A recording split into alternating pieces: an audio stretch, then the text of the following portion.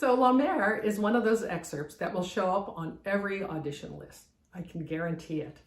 And so as such, it is really worth your time to really nail down this particular excerpt. So starting off with tempo, I do about a dotted quarter to about 80. And even though there's a little bit of flex in the tempo, sometimes the conductor likes to move it a bit. If you're playing it for an audition, you know, I use more sound and to help with the ups and downs of this particular, you know, sort of the variations happen more in terms of sound rather than in actual tempo. Do be warned that you should really count out completely those two measures before 9. So don't cheat that second measure and come in on measure 9 too early. So style, this is obviously an impressionistic piece. And when we talk about impressionistic music, you know, we're thinking usually a fast bow with not a lot of pressure, which I think is great for generally. And not unfortunately, but this particular excerpt is very muscular. You know, it's introduced by the horns 2 before 9, and we kind of follow on and expound upon what they come up with, that beautiful chord that they play. So we have to be able to incorporate both that sort of muscular, you know, sort of out there, very confident sort of excerpt that this is, with this sort of impressionistic feeling. And how do we do that? Well, you can play loud, but, you know, one of the things I do is, for instance, the sforzando piano that happens 2 before 9. When I have those moments that I need to stress, I really use a lot of more speed in order to create it. And so I don't really do a hard accent, but I use it a sort of heavier, and then I let it go. So we don't want any real hard edges so much. I mean, it's got to be articulate, but not really hard edges or hard accents. You know, I think pressure and letting go of the pressure, letting go as you play.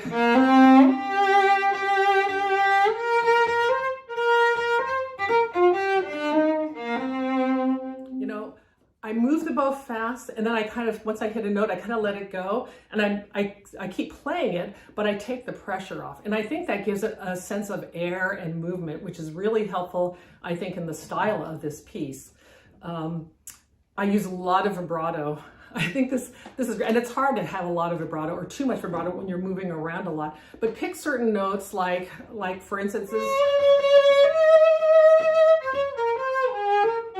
Yeah, that sounds good. But when I have to hit that top E flat, I try and give it a lot of vibrato just to make it sing. And again, with sort of a lighter bow, even though it's sort of loud. So I'm constantly trying to balance those two things of volume, but the right kind of style. So it happens with speed and pressure, and play around with those two little things. The thing about this particular excerpt is, don't forget, there are 3 other parts underneath the top line that we learned.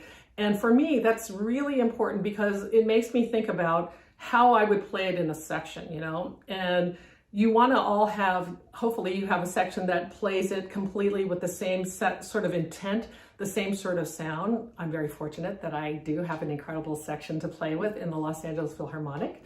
But also the thing that I think that makes it so great is when you can, as a player, be aware and also give space to the people who are playing maybe a different part than you are, you know. I mean, we are constantly always listening and adjusting, you know, by the microsecond, but that's what gives it that sense of like, what's my stand partner doing? What can I do to kind of help them along?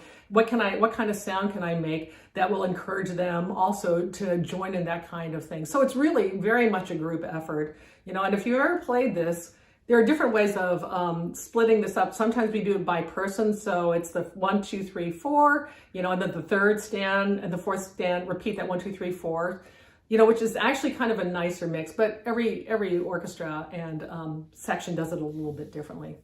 So intonation, ooh, it's a tough one in this one. There are lots of whole steps, lots of thirds, it's very, very tough. And for me, playing in this area is always tricky because it's not regular position, it's not thumb position, and you're crawling up and down a lot. So again, if I think about the chords that I'm playing on top of, that helps my overall intonation. If I can kind of hear the chords as I'm playing this, I find that it kind of keeps me in better check. In general, in intonation, when I'm doing something like that, if I'm practicing just the beginning, and then I'm going to skip.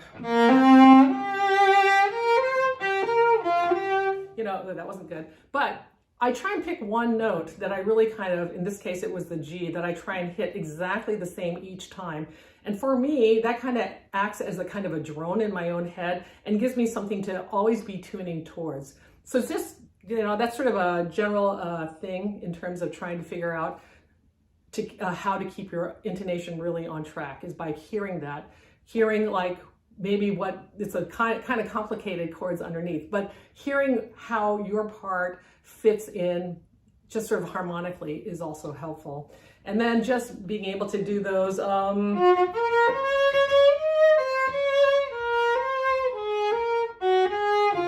again, this idea of going for that B flat. So kind of switching which note you're listening to and which one you're trying to constantly hit exactly the same every time you get to it. So those are kind of my thoughts about La Mer. It's an incredible excerpt to play, especially if you get a chance to play it in a great section. So I hope that was helpful.